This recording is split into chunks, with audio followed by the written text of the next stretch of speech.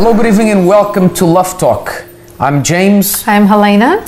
And today we're going to talk about what they usually say, that it's the little things that matter in a relationship. And sometimes there's so many big gestures that are done and you end up forgetting the little things which make the difference. And those big gestures don't mean as much as the little ones. That's true, because the big gestures are done once a year, once a month, Yes. right? The little ones you have the opportunity to do every day. It's the little text you send. And many people take those little things for granted. That's right. And that's what we're talking about today. How important are the little gestures? How much of a difference does it make in a relationship? And we have a couple here with us today that will be talking about this. Will be helping us to shed some light on this matter. Let's see what the people in London had to say about this, and we'll be right back. So according to you, what are the little things that really matter in a relationship? Little things, day-to-day attentions, trust. Like what? What are the little things?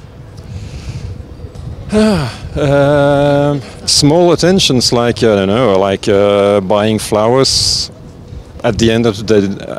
At the end of the day, cleaning the house, something less, little stuff like that. I don't know. I think it's love. But how would you express your love? One day love, but love continuously for the years to come. So a long-term relationship based on love and respect for each other. Wow, you got me there. I don't know, the little things is doing things together, having fun together, you know, sharing the same passions. Simple as that. Relationship. So, you ready? Ready. So, according to you, what are the little things that matter the most in a relationship? I would say laughter and having a moment to relax and communication, of course. The little things, not the large things.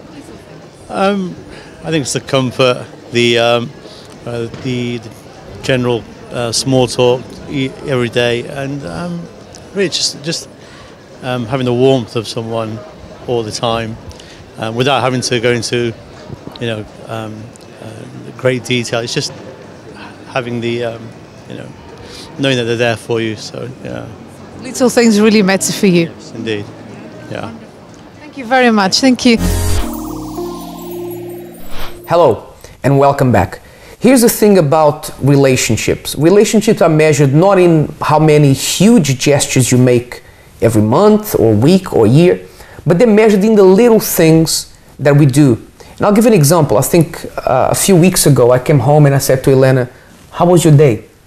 And not that I don't ask, but that particular day I made it a point to really ask. And before she could tell me how her day was, she said, "I'm so happy that you asked me this question," right? Yeah. It's true, because it means a lot to us, isn't it? It means a lot, because one thing is for you to say, "Oh, how was your day?" and you're carrying on doing your things. Another thing is for you to stop what you're doing and look at me and say, "How was your day?" And actually, we can tell a difference. Did you know that? Yeah, and actually, for a man, if the woman asks, "How was your day?" the answer is always the same. I have here Nigel and Jenny Heath in the studio with us. Thanks how for are you? coming. We're fine. Good. Yeah. Nigel, I mean, I'm sure you'll agree with me that when a woman asks a man, "How was your day?" our answer usually it's quite short, isn't it? Yeah, that's right, because men, of course, if I say things about men or women, we must remember that they don't apply to us in the studio or to your viewers, but we all know people who behave just like this. Yes. So when I say that men compartmentalise things, they've compartmentalised their days, so by the time they come home, they've pretty much forgotten what it's all about anyway, so yeah it was fine. and even if we remember, we don't want to talk about it, right? We want to sit and watch some football, or if that's your thing, or something else. But you guys are here because you actually wrote a book about talking about love and the little things that matter. How important are the little things in a relationship? Well, we really believe that that's where it's at, that it's really easy to get hooked on doing something big and forgetting that we're living a life together, and that's full of everyday things. Yeah. We often talk to the couples we work with about their emotional bank account. It's not a new idea, but it's so clear. It's suggesting that you're putting little positive strokes into your bank account And you need to top that up every day. And have credit, isn't it? Yes, you want to be in credit. You don't want to be in debit, or even just, very low, because along comes a crisis and you need to be able to draw on that account. Yeah, and actually that's something we do all the time, because when Elena does something special for me, then even though she doesn't tell me, I know that I'm in debt, right? Yeah. And I make sure I remind him, you are in debt, huh? Yeah, you owe me. That's the words you say, right? Yes. It's about giving, isn't it? At the end of the day. We have a slightly different view of that, which is that actually we're both putting into the same bank account, and it's there for when something hits and we need that support. And so, for example, if I'm in the kitchen first and the dishwasher needs emptying, I'm there, I could empty it. I don't have to go, well, that's woman's job. Good tip. I like that. We've had to draw on our bank account this year for a little while, haven't we? We've struggled a little bit with some health issues this year. I won't go into details. It's just meant that life hasn't been as smooth as normal. And because we feel that our bank account was pretty healthy, we sailed through it really, didn't we? Yes. Yeah. So it does count, you see. And you were even talking about the scoring system of how it works with big things and little things. That's can you right. tell us a little bit about that? Because that's a new one for me. It's just for men. For men, okay. Women, close your ears. Yes, women don't listen. No, I want to hear all about it. Tell me. Well, research has been done on the point scoring system that women have for what men do. And in the research, the men have been said, okay, so you score what you think you're getting in points for what you've done, and your woman scores as well. And at the end of a week or a fortnight, they look at it, and he's done something big, like pulling the washing out, which for a man is big, or planning a holiday, or maybe buying her a new car, or some of those sorts. And he's gone, yeah, that's worth at least 100 points, and that's worth 10 or 20, and that's worth, well, I have to tell you, man, they're all worth 1 point, and some of the big things are worth minus points. Right. You see? Whereas if you see a flower growing in the roadside and you pick it and you take it back and you say, darling, I saw this and thought of you, that's worth a point as well. That's probably worth about 100, right? Oh, yes. They're only worth 1. Only worth 1. Okay, so you need lots of little ones. That's a new one. But indeed, because, right, Lena, I mean, how important, I think for men, little things are important as well, but I think women have a different way of seeing the little things, right? Because they're more detailed into. Yes, and what do you think? For example, if you take some time off just to go out with me, but you are always on your iPad working or on your phone answering messages, it's not the same. If I would rather prefer if you had stayed at home and we had some coffee together and just a chat, watch the movie, something at home, than you going out with me, because for you, I'm going to take her out. So this means a lot to her. But you are not there. It's as if you're not there. So and actually, it means nothing. We were even giving an example the other day that, for example, I hate shopping, right? Going to a shopping center or buying clothes, that's the worst thing that I could do in my time off. And I'm quite blessed that my wife is not a big fan of that either, but she likes it a little bit more than I do. So when I do go out with her to buy clothes for her, I mean, it's a big deal for me because I have to force myself to be there. I don't know if that happens to you, Nigel. There's a great tip here for you. Right. And for all men. So if you want to buy a present for your lady that's going to keep on giving, get her to have her colours done and her style done. And go along, join in, because the information you get is what shape is she, what suits her best, what colours work for her, what should her jewellery be. Are you taking notes of this? And you've got presents for her. So we go shopping, and just as for instance, we took our daughter shopping and Johnny's mother shopping, and we went to a well-known store where they do lots of clothes, and our daughter, who's my stepdaughter, said to her mother, I hate to say this, but Nigel's probably the best man I've ever been shopping with. So what he does is he knows if I'm trying some things on and it's not quite right, he knows that I suit best to have a V-neck. That I need sleeves and not something sleeveless. And so he'll go and search But it made a difference to you, didn't it, once you learnt that? Because then you had information that you could go out with. It was the not knowing what to do that made a difference. But the thing about this is, and I'll be honest with you, is that for most men, this would be considered torture, right?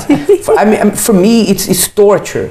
That's because you don't know, you see. Now, the minute you've got information, it's not torture. Suddenly you're going to be in demand. All the women will say, come with me a minute. That's the thing. The thing is that I sort of know, but I still don't want to be there. But this is a hard case. But, this one. But the big thing about this is that for you men, for me, it's a big thing. It's a huge thing. Going out there and spending time with your girlfriend or your wife, choosing clothes for her and so on. It's a huge thing for you. However, for her, these are little things, and you'll be scoring, if it's 1 point per small thing, then every item that you buy with her is 1 point, right? So hopefully by the end of the day you would have accrued about 10, 15 points, okay? We're running out of time in this first half. We're gonna go in and see what's happening in the celebrity world in terms of their relationships and how these little things matter, and we'll be right back.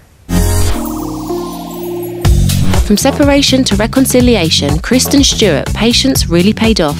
During her trial separation from partner Robert Pattinson, a source tells HollywoodLife.com exclusively that Kristen is now being rewarded by Rob for her patience. Robert Pattinson is showing Kristen Stewart gratitude for taking a step back from their relationship during his stay in Australia. Kristen gave Rob the space he needed by respecting his wishes, and now she's receiving the benefits of being understanding. A friend of Kristen's tells HollywoodLife.com that Kristen and Rob couldn't be happier.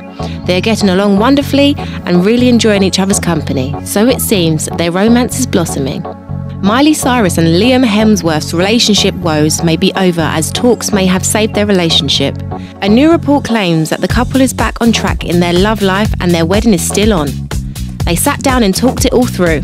Miley told Liam she wants more romance in their relationship, while Liam said he wanted her to be more responsible and mature. According to sources, Liam and Miley both have dominant personalities and can be quite stubborn. In the end, they knew it would be just better if they listened to each other. Communication is always a solution.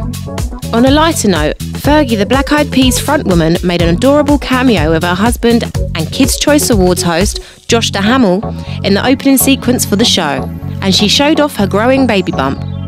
The couple, who have been married for almost 4 years, are expecting their first child. According to reports, Josh can't wait to be a father. All's well that ends well, or so we should say, but at least some celebrities are willing to save their relationships than calling it quits.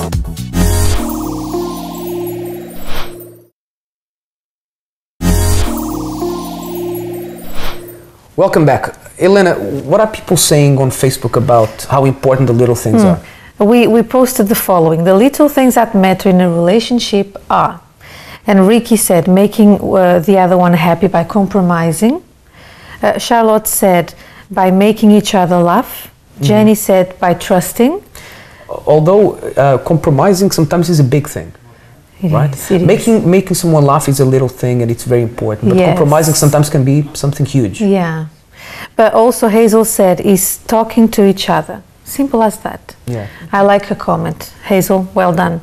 Because you need to communicate, like we were talking about earlier on. It's about expressing how you feel. Yeah, but you were both saying earlier that sometimes you think a lot of good things about someone, but you don't say them. How important is it to say? Well, I think sometimes we think the other person knows. I mean, Nigel and I have been together for more than 20 years now, and we forget that we've continued to develop and grow in that time. We forget we have new experiences and assume the other person hasn't changed. So we have to remember to say things about what's happened. And I think that's true for a lot of people. They maybe keep their thoughts in their head, and I believe it's hugely important that they manage to say those things. And Lena, I will put my hand up and say that sometimes... Let me see what you're going to say. Sometimes I do think that Elena has the power to read my mind. Because you think that a lot, actually. Sometimes I do think something and I assume that she knows, but then she doesn't, and that's a mistake. I don't know if men make this mistake more than women, but... Well, we also tend to think that they can, you know, we wish, well, actually, what we believe sometimes that they can read our minds. Oh, there's that old saying, isn't there? Of course I'm upset. You mean you don't know why I'm upset? Well, then I'm not telling you. You should know. That's right. There is a difference.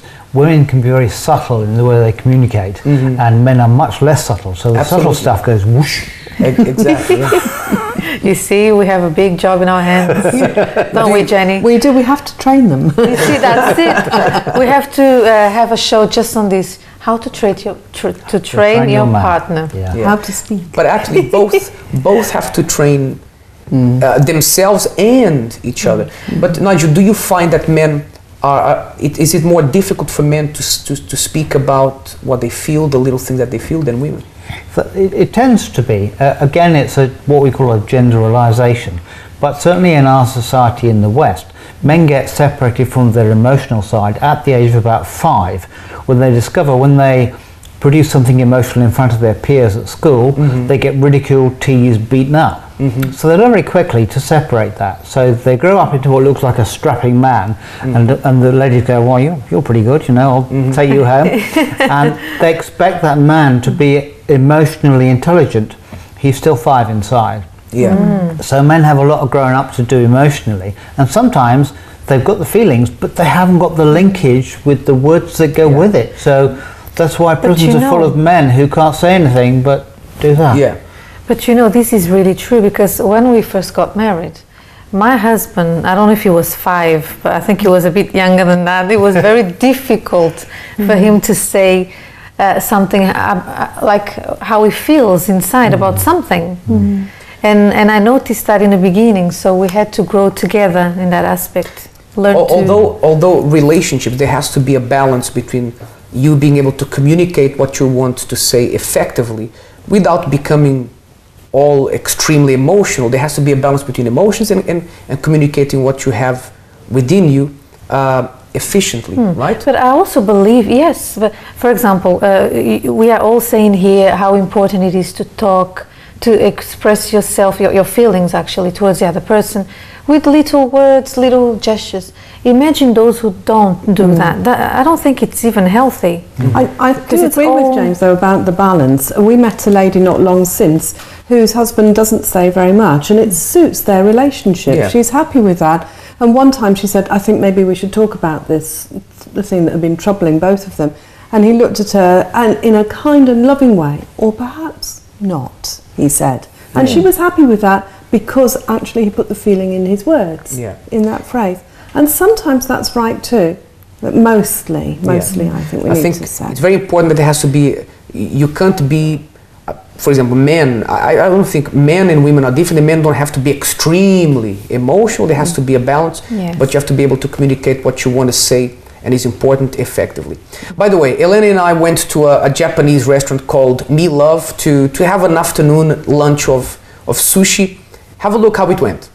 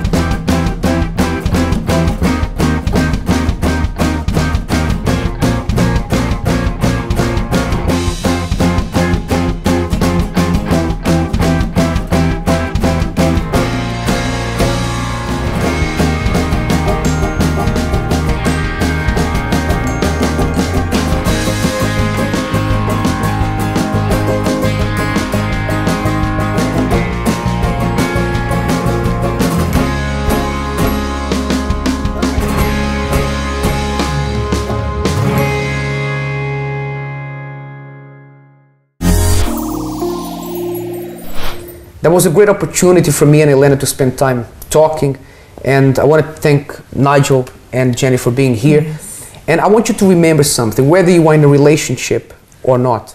You know, little things can make a big difference to your health, to your studies, and even to your career. And it's no different in our relationships. So if you want to start making a big difference in your relationship, perhaps a small thing, a small gesture is where you should be starting. Start with that, and I believe that in due time, things will begin to change. All right? Thank you for joining us. Have a wonderful night.